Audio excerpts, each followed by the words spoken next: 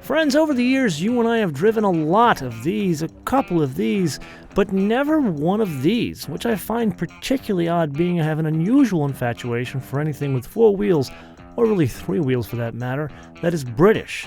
So I feel it high time that we fix this problem, but let's not just jump in anywhere in the McLaren world.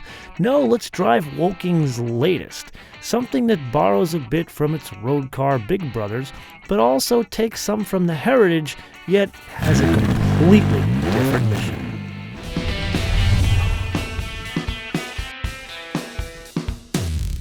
Now, as excited as I am to have a McLaren on the show, sadly, I cannot expose the engine for you, and that's because the folks in Woking, they bolt the engine cover to the car. And it's not just this car, it's all 570s. The only thing you can really access is the coolant and the oil filler, and that's really about it. Now, I could pull the tools out, but frankly, I don't want to take the responsibility for damaging the car. So I figured I'd come down here and prove to you that there's an engine somewhere underneath there. But what is it? It is a 3.8-liter twin-turbo V8. We don't get to see those very often around here. It puts out 563 horsepower, which comes in at a relatively high 7,200 RPM. And then the torque is 443 pound-feet of torque, which also comes in at a high engine speed, 5,000 RPM. Now, something to keep in mind, this is a small displacement, relatively small displacement V8. So you need to kind of put your foot into it to actually get power out of it. Now, I spend a lot more time talking about this engine in the tech review. Make sure you check that out. Actually, we cover a ton more about this car in the tech review, so make sure you really check it out in this case. Anyway, there's a couple of other interesting things about this engine. Number one, it inherited from its 2 bigger brothers, the 650 and the 675, a dry sump lubrication system, a side oiler. And number 2, it's got a flat plane crank. Now, I know everybody in the Mustang world is very excited about flat plane cranks these days, but really the benefit here is it's got a lower center of gravity for such a low vehicle. And now you can see what I'm talking about down here now that we're on the ground. In tech review, I didn't get my ass on the ground for you. So there you go. Now, the rest of the benefits of flat plane crank, why don't we go out and drive it and we'll demonstrate it there. Right at the top, I want to say something that's a bit of a generalization. I love me a small displacement V8, or kind of smallish displacement. You know, these things are rare. You don't get them very often for obvious reasons, but they have 2 things going for them that usually don't go together. Number 1, you got torque, and number 2, they're high revving. Like, check this out. You can put your foot into these things and they scream, but they still have torque. Now, granted, huge generalization, so let's dive into McLaren bits here. Now, for pulling power, pushing power, we're going to call it, we need to start into this theme here of what I'm going to call mission control. The thing I like about this car a lot is you can separate out the throttle mapping from the damper mapping, from the stability control, even from turning the transmission into manual or automatic. So for pushing power in this case, let's focus over on this side here. Now, to switch all this on, they actually have like this mission control button here, active. So let's hit active here. And now we are in normal mode, which we weren't before, but hit active, so we're really saying we're in normal mode. And this is normal. Now, to say this is normal in McLaren is to say this is a fast car. Let's downshift, let's put our foot into this thing, and are you really surprised that this thing has power? Of course it's going to have power. This is not a slow car in any way, shape, or form. Yeah, it's the baby McLaren, the entry-level McLaren, whatever the hell you want to call it. People, it's only 0.3 of a second slower to 60 than a 675 LT. So, stick that in your pipe and smoke it. Now with that, let's go around this nice declining radius turn here, and let's go into sport mode. And this does a couple of things. It changes the transmission map a little bit, and it holds the gear longer. And yes, the throttle map is a little bit different. Not a huge amount, but it's a little bit more crisp. And yeah, the car is still fast. But there's still one more mode here, and that is the track mode. So let's go over to that. Couple things happen here. The gauge has actually changed. So it goes from like an old school rotary type like tachometer dial to a horizontal tach, bigger gear position, as well as a smaller speedometer, but we don't care about that. We care about throttle mapping and engine mapping. So right now I am in automatic mode. I'm specifically telling the car to do the gear changes itself, and notice what happens. It really holds the gear a lot longer, and it lets the throttle just wind out in the gear.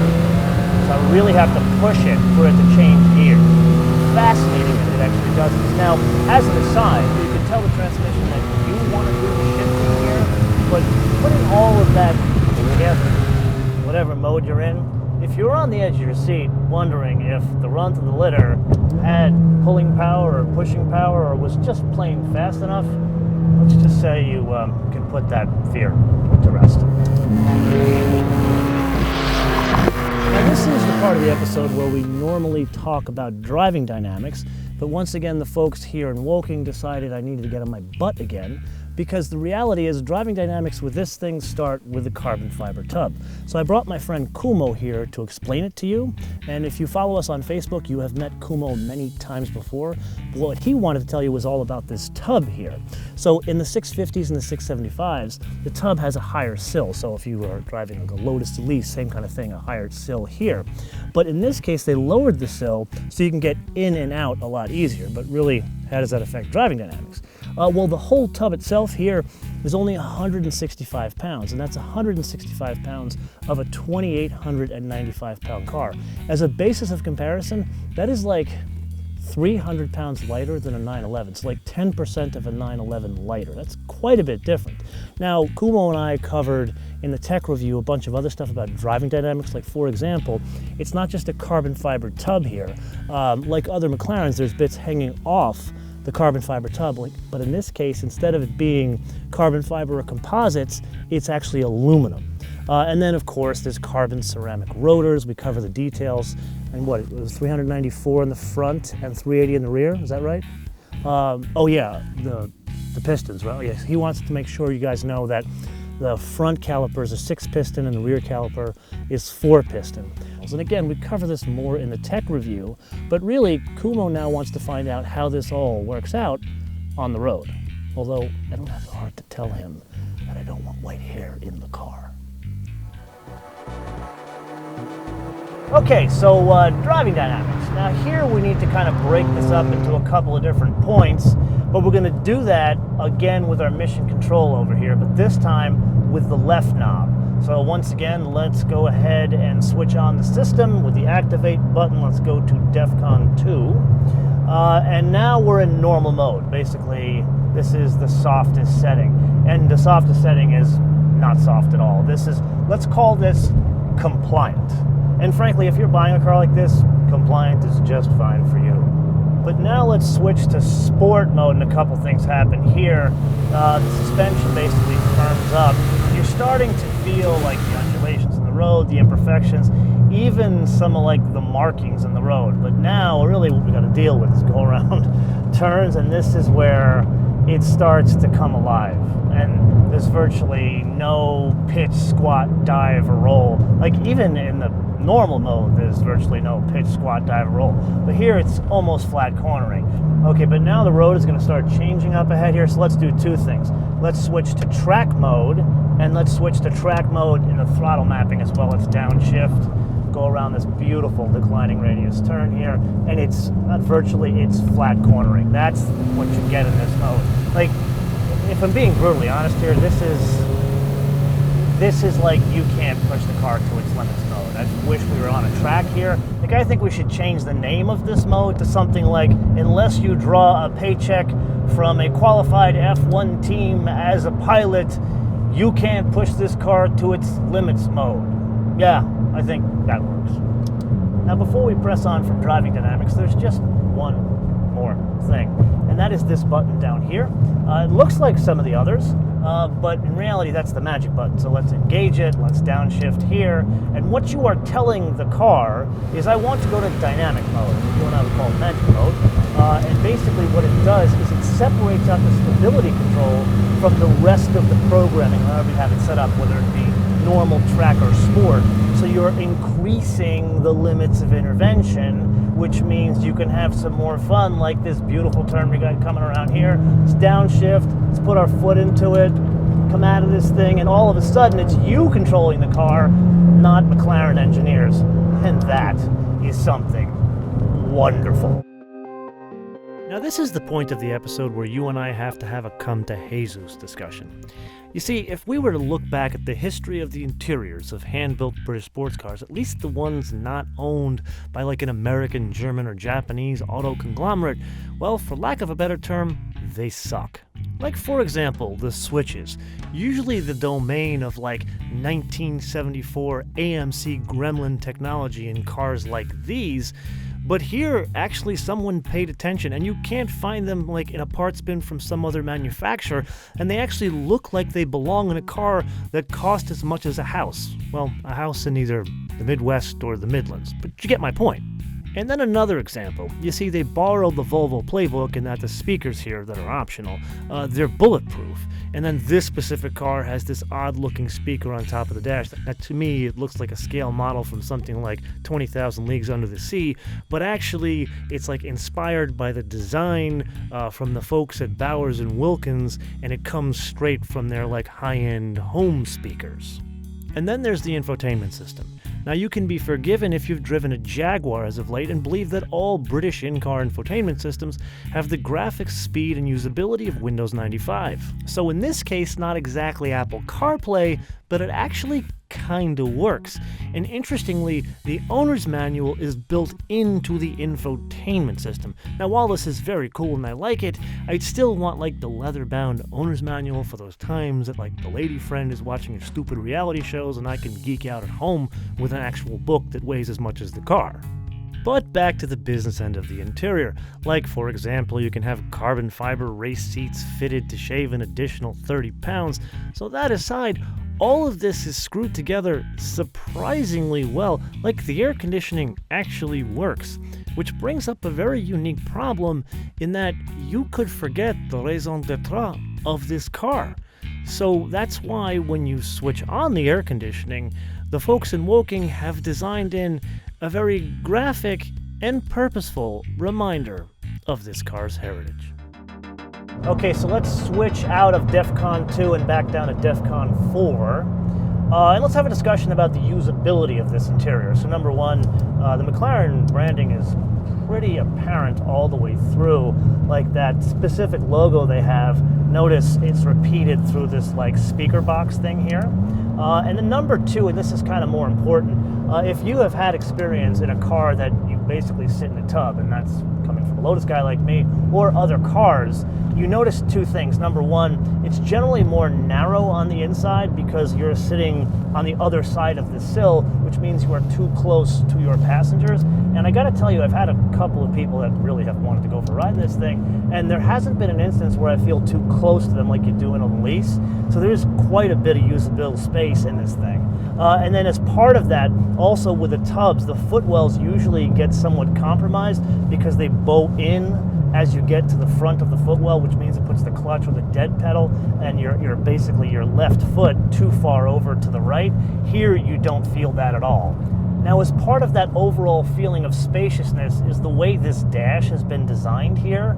I know you're going to laugh when I say this, but this is kind of inspired by like family cars and minivan design here, that they've separated out the dash from the console, and in this case it really accentuates the spaciousness, because if you think about like any minivan nowadays, this is the way these things are designed, and the whole point is to have more usable space down here, like a cup holder, which you have in a McLaren, but also to open up the interior, and that's great in like a mid-size car or minivan, but here it's even more important because you've got this more confined space and all of a sudden you don't feel as claustrophobic. And this is really the visual design trick that does it. And then last but definitely not least is the visibility here. When you get into this thing, the first thing you notice is A, how high the mirrors are, but then B is, oh my God, you actually have amazing visibility here. I know people complain about how the Camaros have terrible visibility, and you would think British supercars would have worse visibility. Well, here's an instance where you not only get good rearward vision, and that's a big function of the way they designed this, the daylight opening of this car, but most importantly, look at how low the dash cowl is. And this is something you get in like I keep on going back to this Elise example, but this actually is even lower in relation to the front of the car.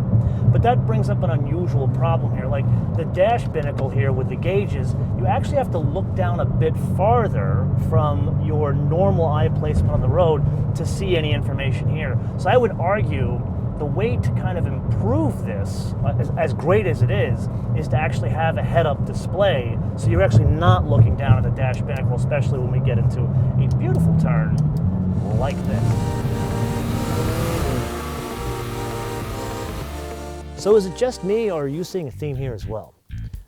So yeah, McLaren, they may know a thing or two about racing, which means they may know a thing or two about channeling air around a car.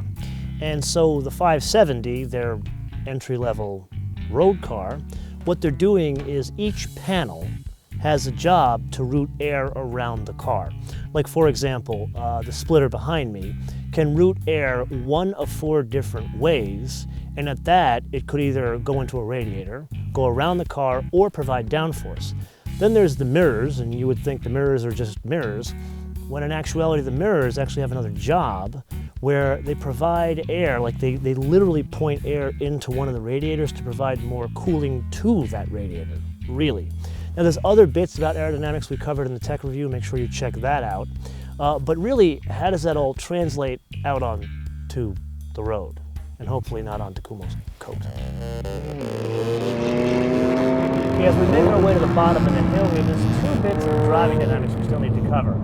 The first is the brakes. Now we already talked about in the tech review that carbon ceramic rotors are fitted as standard here. Now a bit of a generalization, but at least to my eye, carbon ceramic rotors not as responsive around town as metallic rotors. Now in this case, I would say the same thing applies on the McLaren rotors, but the reality is it's a little bit more pronounced, the difference, like to the point where if you were to loan your friends this car, which I probably wouldn't, you would need to tell them about the difference. But again, this is one of these things I think we need to get on the track to really give a fair shake to these brakes. And second is the transmission. Now here we need to discuss a bit of hierarchy on these like pneumatic transmissions. So we've spent a lot of time driving those PDKs. We've driven the Ferrari F1 box, and I would put the Ferrari box at the top. And that's just a big function of the speed of gear changes and the way it is paired with the different engines of Ferrari. It's otherworldly, is the only way to describe it. PDK is awesome. It's more finesse in the PDK than the F1, but in terms of the overall contribution to driving dynamics, the F1 is just, as I said, otherworldly. This sits between the PDK and the F1. This has that amazing combination between the engine and transmission working together. It's like, again, I wouldn't say otherworldly, it's incredible.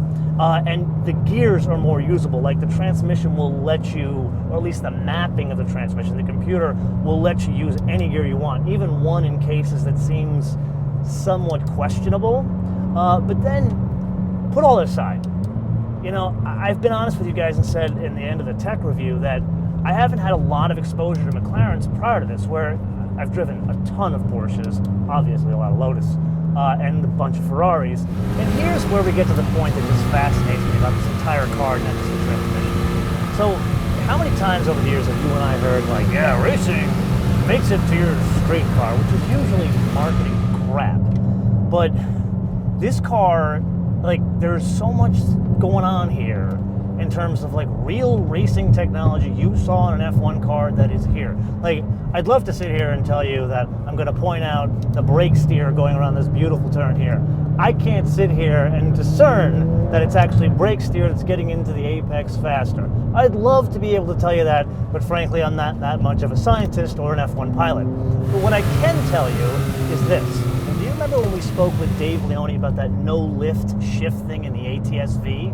So if you spec that thing out with a manual, which you should, basically they've tuned the ECU so you can put your foot to the floor when you shift, and it keeps the engine revving, so it doesn't cut it off. And the whole idea is to keep the turbos spooling, to keep the torque going. So this way, when you hand off to the next gear, there's still torque. There's no like break in the torque, it's constant. So basically, McLaren does the same thing, but they do it in a much more elegant and, frankly, so much more high-tech way. They take the remnant energy from the flywheel. Basically, they call it inertia push or something like that.